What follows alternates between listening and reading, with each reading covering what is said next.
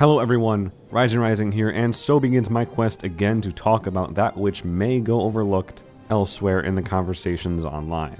And speaking of May, all these theorists are plotting out what this episode means for the future of the show, and I'm not here for that. Too much at least. I'm in the corner wondering what kind of relationship May has with her brother, because that is this chapter's pointless theory of the week. Last week it was about the details and specifications of John's real thirsty mission. Who was the thirsty one, being the central question of that theory. May and Henry Marigold, who are most likely brother and sister, are polar opposites. Do they talk? Are they on good terms? Half decent ones? Can they stand the sight of each other? May probably joined Robyn because her brother made her realize how much is just wrong with Atlas, because he is the personification of its worst qualities. We haven't seen Henry in 3 years, and it just might be time for him to show up for 5 seconds just to check off that box like the RWBY did with not shitty Neptune. My bet is that May doesn't bother with him. If the Marigolds are indeed a reference to the short story Marigolds, my bet is that May would allude to the protagonist, Elizabeth, and Henry would be her brother. May, as she is in the show, could more specifically be the character's position at the end of the story who realized that that which she destroyed was someone's only source of hope, and now May calls upon herself to be that source of hope for others. I very much enjoyed how much we saw of May and Joanna and Fiona and Robyn and that whole faction in this chapter. After chapter 5, I wasn't sure if we'd ever hear Joanna or May ever talk, because we didn't really have any concept to know about how big of a player Robyn would be, even if she is and has her own faction. I mean, Adam was his own faction, and when he showed up in the plot, he was there for really only as much screen time as was required of him, so I wasn't sure how much time Robyn would get, and it seems that since they're already building up these characters in this episode, that it's for a reason, and that we're going to keep seeing them, and I'm very happy about that. Like, sure, this show gets called out for having too many characters, but I see the plethora as this volume's strength. It is able to give, and it already has given, each of the present factions enough time to prove to me that any number of them can and will drive the plot and not just be there for show. This is a volume built on trust, and this chapter's attack added a whole new layer to that. You might think it's slow for Robyn to distrust Penny, Wags, or RWBY, and anyone else after that attack, or that she should get a level head and know better, like that they got set up. But keep in mind, it wouldn't be the first time robots have turned on people in the show, and Penny is, all things considered, still a robot. On another note, this chapter led to a lot of shipping online, and of course I'm so glad that the mass murder that could have been used as a plot device to cockblock this moment just wasn't. That says that in this moment, Renora was so important to Advance that it didn't fall to the cliche, and honestly, it would have been just really easy to, right? Just move the attack up like 3 seconds and you're fine. And also, you know, I had made a nuts and bolts comment here and there, and I still see it, like, I don't know.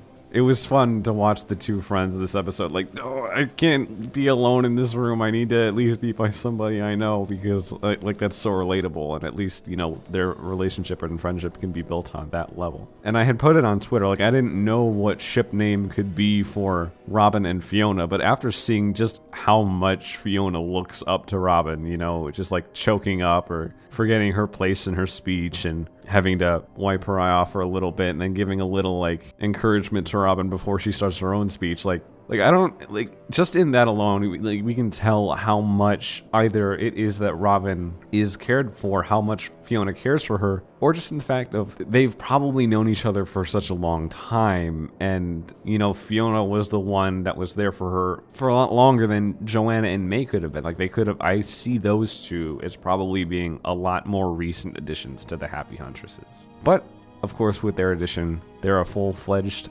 foursome team, as this show is such a rule of force.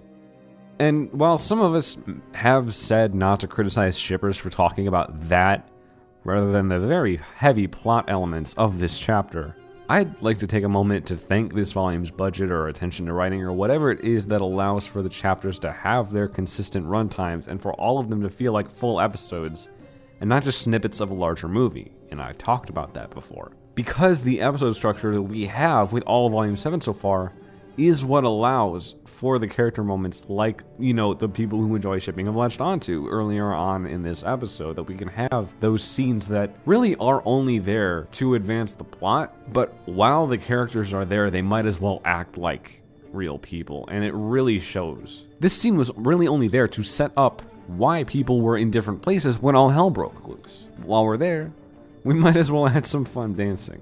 In previous volumes, I know that Miles has said that it's always the little character moments that get cut whenever something has to.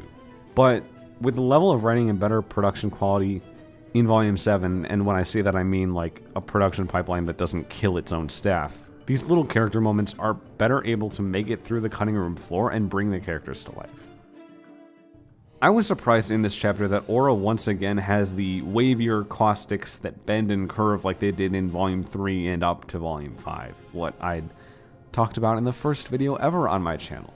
And after they made a new boxier look for Aura in Volume 5, that happens first when John heals Weiss, that kind of just took over as the default look for Aura.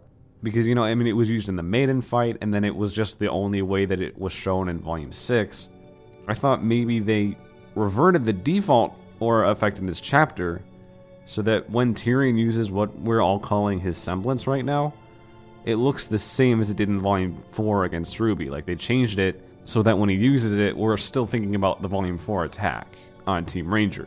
But then the old waves are also used when John's using his semblance, which was the very first time that we saw the newer, boxier waves, so I just got confused. Like, is there one aura effect for one thing? No, because they're both being used for both things, and I just don't, why? Why did they switch back aura for Volume 7? I don't really pay attention or really put that much levity to retcons. I choose to enjoy things for what they do bring to the table that's good, and seeing how those, when coming together, build something greater than the sum of their parts. But when one of their parts... what we're really looking at here is that the default aura look is inconsistent, and John's aura healing is inconsistent.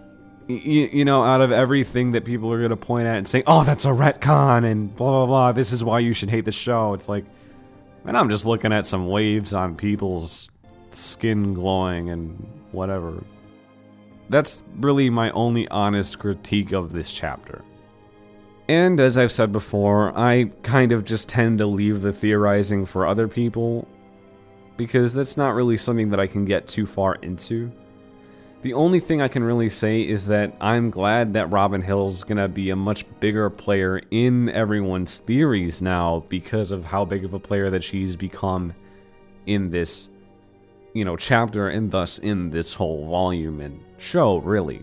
That all being said, we can see the immediate fallout of Tyrion's terrorist attack on the little preemptive victory party. So, with that all said, everything else that I could have to say is an afterthought. Where do you see this going in the future? What do you think about May's relationship with her brother, as they do in fact share the last name Marigold? Or anything else that you really have to say about this chapter that I didn't cover that maybe other people aren't covering as well? Let me know down below. I'm Raijin Rising. Have a good one.